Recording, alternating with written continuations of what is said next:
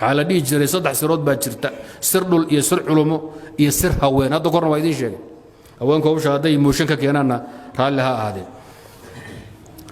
sir dul waa maxay dhulku suu madow yahay ee u fulxun yahay ee u madow waxba uu ka soo baxaynin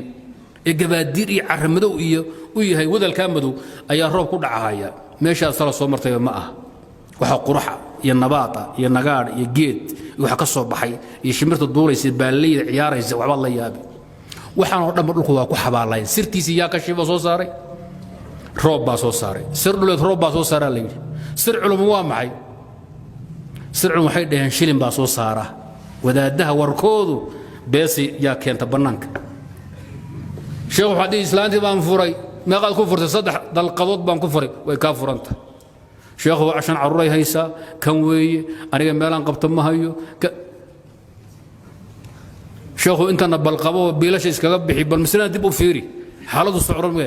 hal baa laga soo qaadayaa ku leeyahay saddex waxa laga soo qaadaya hal dalqad qiilka uu ka qarsanay maxaa ka soo saaray dhee qaalinta iyo howlaha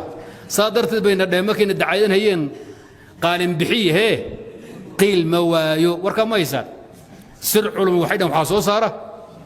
xoolaa soo saara sir haween jidka siraad un baa soo saari ka yidhaahdeen